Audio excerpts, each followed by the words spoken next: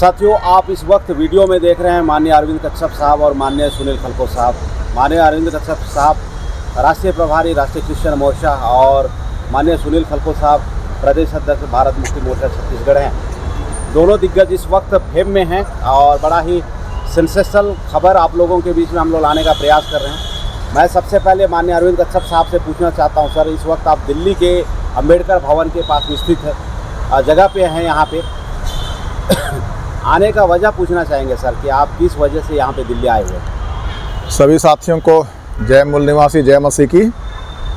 और जैसा कि आप में से प्रत्येक को पता है कि 26 और 27 मार्च को 2025 में ही राष्ट्रीय क्रिश्चियन मोर्चा का राष्ट्रीय स्तर का एक विशेष और महत्वपूर्ण बैठक होने जा रहा है। हम लोग आज यहाँ पर उसी बैठक की तैयारी के सिलसिले में अंबेडकर भवन और ग्राउंड को देखने के लिए आए हुए थे, ताकि जो कार्यक्रम होगा उसमें पूरे देश भर से लोग वहाँ शामिल होंगे और रहने का, कार्यक्रम स्थल का, सभी चीज़ों को देखना हमें था। और इसी कार्यक्रम की तैयारी के तहत कार्यक्रम स्थल को देखने के लिए हम लोग यहाँ पर आए हुए थे। देश भर में इस कार्यक्रम को लेके किस टाइप की तैयारी चल रही है सर? अभी देखिए, प्रथम में तो हमको जगह को क्लियर करना था और आज ये जगह फाइनल हो चुका है कि अंबेडकर भवन दिल्ली का जो रानी झांसी रोड है, यहाँ पर कार्यक्रम होगा। और ये बहुत ही अच्छा जगह है जहाँ पर रहने का, कार्यक्रम स्थल सब उपलब्ध है। तो पूरे देश भर में तैयारी चल रही है और उत्साह है। अभी से लोग टिकट बुक करना शुरू कर दिए और मैं आह्वान करना चाहूँगा पूरे देश भर से तमाम मूल निवासी ईसाई, पास्टर, फादर और ईसाई धर्म के मानने वाले सभी हमारे प्रियजनों से कि आप तत्काल टिकट बुक करें आने और जाने का। आपको 26 को सुबह यहाँ पहुँचना है, 27 को शाम को यहाँ से विदा हो जाना है। कितने डेलीगेट्स लगभग आने की संभावना है सर इस कार्यक्रम में? देखिए, हम लोग 1000 से अधिक लोगों को लाने का प्रयास कर रहे हैं। इसमें संख्या बहुत ज़्यादा मायने नहीं रखेगा, संख्या ज़रूरी है, पर हम लोग चाहेंगे कि हर एक प्रदेश से, हर एक राज्य से, हर एक जिला से लोग यहाँ पर आएँ। एक खास बात है, ताकि हम लोग जो संगठन का विस्तार कर रहे हैं वो हर जिला में प्रमुखता के साथ में इसका हम लोग गठन कर सकें, इसको हम लोग विस्तार कर सकें। सर, पूरे देश भर से डेलीगेट साथी लोगों को आप दिल्ली बुला रहे हैं सर। मैं जानना चाहता हूं, इतना महत्वपूर्ण कार्यक्रम है तो इस महत्वपूर्ण कार्यक्रम की अध्यक्षता किनके माध्यम से किया जा रहा है? ये विशेष करके 27 तारीख को बामसेप के राष्ट्रीय अध्यक्ष माननीय वामन मेश्राम जी इसकी अध्यक्षता कर रहे हैं। और हम सभी, जैसा कि आपको पता है, बामसेप में ST SC OBC और ST SC OBC में से जो ईसाई समुदाय के लोग हैं उनको जोड़ने के मकसद से यह कार्यक्रम किया जा रहा है। और माननीय वामन मेश्राम जी के द्वारा जो विंग बनाया गया है, बामसेप का ही, भारत मुक्ति मोर्चा का ही विंग है ये राष्ट्रीय क्रिश्चियन मोर्चा, तो निश्चित तौर पर अध्यक्षता भी माननीय वामन मेश्राम जी ही करेंगे। और हम सभी इस कार्यक्रम को बढ़ चढ़ करके तैयारी में लगे हुए हैं। देश भर के जो लोग हैं जो खासकर ईसाई धर्म को मानते हैं, वे इस कार्यक्रम को लेके किस तरह का रिस्पॉन्स कर रहे हैं सर? किस तरह का माहौल है, हम जानना चाहेंगे आपके माध्यम से। देखिए, अभी भारत के तमाम मूल निवासी ईसाइयों के ऊपर आए दिन RSS, बजरंग दल और जो भी ब्राह्मणों का संगठन है, इनके द्वारा इन्हें प्रताड़ित करने का बहुत बड़ा षड्यंत्र चल रहा है। और आए दिन हर जगह कहीं ना कहीं हमारे लोगों के साथ में वे दुर्व्यवहार करते हैं, उनको जलील करते हैं। तो ये भारी उत्साह है कि मूल निवासी संगठन बामसेप भारत मुक्ति मोर्चा के द्वारा राष्ट्रीय क्रिश्चियन मोर्चा एक विंग बनाया गया है और ये काफ़ी उत्साहजनक है। और लोगों में उत्साह देखा जा रहा है कि लोग ST SC OBC और माइनॉरिटी अब एक जगह पर इकट्ठा होने के लिए बहुत उतारू हैं, बहुत उत्सुक हैं। यानी कि ऐसा बोला जा सकता है कि अब ईसाई लोग फिजूल की लड़ाई ना लड़के मुख्य धारा की लड़ाई को अग्रसर हो चुके हैं। देखिए, अलग थलग रह करके हम लोगों ने लड़ाई लड़ी और लड़ रहे हैं, उसका परिणाम क्या आया? कुछ भी नहीं। तो अब हमको परिणाम लाना है और परिणाम लाने वाला कार्यक्रम करना है, ताकि हम देश में सम्मान के साथ, इज्जत के साथ रह सकें और ये जो जलील करने वाले लोग हैं उनको नंगा किया जा सके। जी जी जी, आप देख रहे थे इस वक्त माननीय अरविंद कच्छप साहब को। और अरविंद कच्छप साहब जाने जाते हैं अपने बेबाक वक्तव्य के लिए और अपने ज़बरदस्त उद्बोधन के लिए सर। और पूरे भारत देश में इनका जो नेतृत्व है बहुत ही ज़बरदस्त तरीके से चल रहा है। अभी वीडियो में आपको देखने को मिल ही रहा है। सर, मेरा एक सवाल ये था कि जैसे संविधान में मौलिक अधिकार में निहित की गई है, आर्टिकल 25 से लेकर 29 के बीच में धार्मिक स्वतंत्रता की जो बातें वहाँ पर लिखी हुई है, और आज मसीहों पर, ईसाइयों पर जिस प्रकार के अन्याय अत्याचार किया जा रहा है, इस पर आप क्या कहना चाहेंगे? देखिए, संविधान में तो भारत के लोगों को इतने अधिकार दिए गए हैं, अगर लागू हो जाए तो भारत के लोग हर क्षेत्र में संपन्न हो जाएंगे। आदिवासियों के लिए 5वीं अनुसूची, 6वीं अनुसूची है, कब लागू हुआ? ये भी लागू नहीं हुआ। कारण ये है कि हम सब अलग अलग हैं और अलग अलग करने के लिए भी षड्यंत्र किया जा रहा है। इस बात को भी हमारे लोगों को समझना चाहिए। धर्म के नाम पर हमारे लोगों को बांट करके, जो स्वतंत्रता का ही नहीं, बहुत सारे अधिकार जो हमको दिए गए हैं संविधान में, वो लागू ही नहीं हो रहा है। संविधान तो मिला है पर लागू नहीं हो रहा है। तो हम में से हर एक को इस बात को समझना चाहिए, सिर्फ धार्मिक मामले ही नहीं है, यहाँ पर वास्तव में हम सब के मूल निवासियों के अधिकार हैं। ये धर्म की आड़ में हमारे अधिकार को छीनने का कार्यक्रम चलाया जा रहा है और इस बात को ST, SC, OBC को समझने की जरूरत है। जितना जल्दी हम समझ जाएं इनके खेल को, इनके षड्यंत्र को, हम अपने अधिकार को बचा लेंगे और अधिकार को लागू भी कर लेंगे, क्योंकि धर्म एक आड़ है। धर्म की आड़ में हमारे हक अधिकार खत्म किए जा रहे हैं, इस बात को हमको समझना चाहिए। जी, इस वक्त हमारे बीच में और एक साथी हैं, माननीय सुनील कुमार खलखो जी, प्रदेश अध्यक्ष भारत मुक्ति मोर्चा छत्तीसगढ़। हम लोग इनसे कुछ चीज़ों को जानना चाहेंगे। सर, इस कार्यक्रम में भारत मुक्ति मोर्चा के समर्थकों का और डेलीगेट्स का पार्टिसिपेशन किस तरह से रहेगा? तो सभी साथियों को जोहार, जय मूल निवासी साथियों। राष्ट्रीय क्रिश्चियन मोर्चा का 25 और 26 मार्च 2025 को दिल्ली में कार्यक्रम हो रहा है और पूरे देश में जो लोग भारत मुक्ति मोर्चा के कार्यकर्ता और पदाधिकारी के रूप में काम कर रहे हैं, ये सभी साथी लोग इस कार्यक्रम को सफल बनाने के लिए पुरजोर कोशिश करेंगे और यहाँ पर अधिक से अधिक डेलीगेट्स को लाने के लिए उन लोग तैयारी कर रहे हैं। और इसके लिए जो भी अपना तन है, मन है, धन है, सारा चीज़ को लगा करके यहाँ पर राष्ट्रीय क्रिश्चियन मोर्चा का समर्थन करेंगे और यहाँ पर डेलीगेट्स ला करके इस कार्यक्रम को सफल बनाएंगे। पूरे देश भर में मूल निवासियों के प्रति हर सेक्टर में बहुत ही ज़्यादा इनके साथ में पक्षपात हुआ है, लेकिन जब से मुख्य धारा की लड़ाई भारत मुक्ति मोर्चा लड़ रही है, देश का जो माहौल है बदला सा नज़र आ रहा है।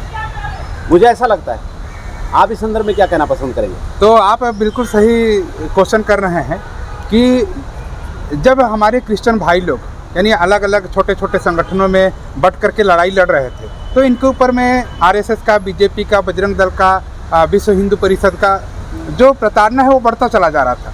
लेकिन जैसे ही क्रिश्चियन लोग भारत मुक्ति मोर्चा के ऑफशूट विंग बन करके संगठित हो रहे हैं, तो इनके ऊपर में अन्याय और अत्याचार होना धीरे धीरे बंद होने लगा है। और इसका जो इफेक्ट है आप लोग देखे होंगे 30 तारीख को जब राष्ट्रीय क्रिश्चियन मोर्चा के माध्यम से पूरे देश भर में ज्ञापन दिया गया, तो पूरे देश में ये माहौल खड़ा हो गया कि अब क्रिश्चियन लोग इकट्ठे आ रहे हैं और ये भारत मुक्ति मोर्चा के नेतृत्व में आ रहे हैं या उनके संपर्क में आ रहे हैं, तो इनके ऊपर में अन्याय और अत्याचार होना धीरे धीरे लगभग बंद हो रहा है। यानी कि आप ये कहना चाहते हैं कि अब ईसाई अपने चिन्हांकित और निर्धारित दुश्मन से लड़ाई लड़ने जा रहा है? जी बिल्कुल। ये हमारे देश में यानी ब्राह्मणों को, जैसा कि वामन मेश्राम साहब लगातार हम लोगों को बता रहे हैं कि ब्राह्मण का जो DNA है वो यूरेशियाई है, यानी वो लोग विदेशी हैं, DNA के आधार पर विदेशी हैं, ऐसा वामन मेश्राम का कहना है। तो पूरे देश के लोग अब धीरे धीरे समझ रहे हैं SC, ST, OBC का जो DNA है उसका नाम है L3MN और ब्राह्मणों का जो DNA है वो यानी R1A1 है। इसका मतलब क्या है, उनका DNA और यहाँ के जो मूल निवासी हैं उनका DNA मैच नहीं होता है, इसलिए यहाँ पर मूल निवासी वर्सेस विदेशी का जो लड़ाई है वो पूरे देश भर में चल रहा है। जी, तो सर जैसे कि आपने बोला कि मूल निवासी वर्सेस विदेशी DNA की लड़ाई चल रहा है, तो ये सिर्फ धार्मिक लड़ाई का मामला है या अधिकारों का भी मामला है या शासन प्रशासन का भी मामला है? इस संदर्भ में क्या कहना है? हम लोग अगर ऐतिहासिक चीज़ों को अगर देखें तो हमारे जितने भी, चाहे SC के हों, ST के हों, OBC के हों, जितने भी महापुरुष हुए, वे अपने संवैधानिक अधिकारों के लिए लगातार संघर्ष करते रहे। यहाँ पर धार्मिक लड़ाई कभी भी नहीं हुई इतिहास में, लेकिन अभी वर्तमान समय में इसे धार्मिक लड़ाई दिखाया जा रहा है। वास्तव में ये धार्मिक लड़ाई नहीं है, ये अधिकार का लड़ाई है और इस अधिकार की लड़ाई में SC के लोग, ST के लोग, OBC के लोग धीरे धीरे आ रहे हैं। भारत देश के जो मूल निवासी हैं, ST, SC, OBC माइनॉरिटी, आप उनके लिए इस मौके पे क्या विशेष संदेश देना पसंद करेंगे? मैं भारत देश के SC, ST, OBC और माइनॉरिटी के लोगों को मैं कहना चाहूँगा कि बाबा साहब ने हम लोगों को कहा था, मेरी जय जयकार मत करना, मेरे अधूरे सपने को पूरा करने के लिए जान की बाजी लगा देना। तो बाबा साहब का सपना क्या था, इसको भी हम लोगों को जानने की आवश्यकता है। अगर आप लोग संविधान पढ़ते हैं, संविधान के प्रीएम्बल में ही लिखा हुआ है कि एकता, अखंडता, बंधुता और न्याय पर आधारित समाज बनाना है। तो बाबा साहब का ये सपना को हम लोगों को पूरा करने के लिए जान की बाजी लगानी है। साथियों, जैसे कि आपने कहा कि जान की बाजी लगानी है, तो मैं आपसे ये जानना चाहता हूँ सर कि हमारे समाज के जो ST SC OBC हैं, वे इस वक्त जय जयकार करने में ज़्यादा दिलचस्पी ले रहे हैं या फिर जन आंदोलन की दिशा में वे ज़्यादा दिलचस्पी ले रहे हैं? क्योंकि आप पूरे छत्तीसगढ़ के विभिन्न जिलों पे भ्रमण कर रहे हैं, अन्य अन्य राज्यों में भी भ्रमण कर रहे हैं, तो आपको मूल निवासियों की गतिविधि किस तरह से नज़र आ रही है इस वक्त? तो देखिए, जब हमारे लोग अज्ञानतावश, अशिक्षावश वे लोग जय जयकार करते थे, पूजा अर्चना भी करते थे, अगरबत्ती जलाते थे, लेकिन वो दौर चला गया। अब लोग अपने अधिकारों की ओर वो आ रहे हैं और बाबा साहब के जो विचार हैं उस पर वे लोग अमल करने लगे हैं। और जब ये लोग अमल करने लगे हैं तो इसे अलग अलग तरह से इन्हें भटकाया जा रहा है, उन्हें षड्यंत्र पूर्वक उन्हें अलग थलग किया जा रहा है। और ये RSS की योजना है कि अगर SC ST OBC के लोग अलग थलग होंगे तो अपने अधिकारों के लिए आवाज़ नहीं उठाएंगे, लेकिन इन लोग जब संगठित हो जाएंगे तो इन लोग अपने अधिकारों के लिए आवाज़ उठाएंगे, यही उनको डर लग रहा है। मतलब कि आप ये कहना चाह रहे हैं कि RSS ब्राह्मणों का संगठन है और मूल निवासियों का संगठन भारत मुक्ति मोर्चा है जी। तो आने वाले समय पे ये जो ST SC की लड़ाई शासन और सत्ता का होने वाला है। जी जी जी, बिल्कुल। तो आपका ऐसा अंदेशा है हमारे लोगों के लिए? जी जी। रुकावट क्या क्या समझ में आ रही है सर आप? तो रुकावट तो ये है कि पूरे देश भर में 3.5% इनका संख्या है और 3.5% के लोग पूरे देश को कब्जा नहीं कर सकते। लेकिन क्या है, पूरे देश भर में इन्होंने जिस प्रकार ब्राह्मणवाद को स्थापित किया है उससे ये समझ में आ रहा है कि ये लोग यानी पूरे लोकतंत्र पर कब्जा करके रखे हैं और इस कब्जा से हमारे अधिकार को यानी वापस मांगने के लिए हमारे लोग जद्दोजहद कर रहे हैं। लेकिन अब इन लोग मांगेंगे नहीं, इन लोग छीनेंगे अपने अधिकार को। ऐसा बोला जाता है कि बहुत सारे लोग बिक जाते हैं और आप बोल रहे हैं कि छीन लेंगे, तो बिके हुए लोग कैसे छीन सकते हैं? तो इसको कांसीराम साहब ने हम लोगों को रास्ता बताया कि अगर तुम लोगों को ना बिकने वाला नेता चाहिए तो ना बिकने वाला समाज पैदा करो। अगर बिकेगा तो नेता अकेला ही बिकेगा, समाज नहीं बिकेगा। ना बिकने वाला समाज बनाने के लिए आप लोगों का जो प्रयास है वो इस वक्त किस तरह से चल पा रहा है? यानी ये पूरे देश के लोगों को पता है कि हमारे समाज में ही महापुरुष पैदा हुए और महापुरुषों की जो विचारधारा है वो ना बिकने वाला विचारधारा है। जिस दिन हमारे SC ST OBC के लोग अपने महापुरुषों की विचारधारा को समझेंगे, वे कतई अपने अधिकार को नहीं बेच सकते, वे अपने अधिकारों के लिए वे लोग लड़ाई लड़ेंगे।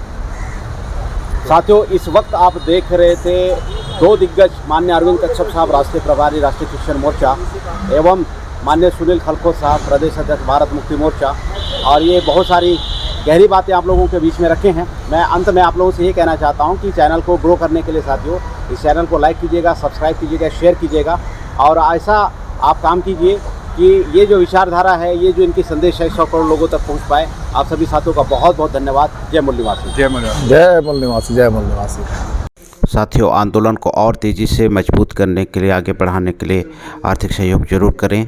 बहुत बहुत धन्यवाद। जय मूल निवासी।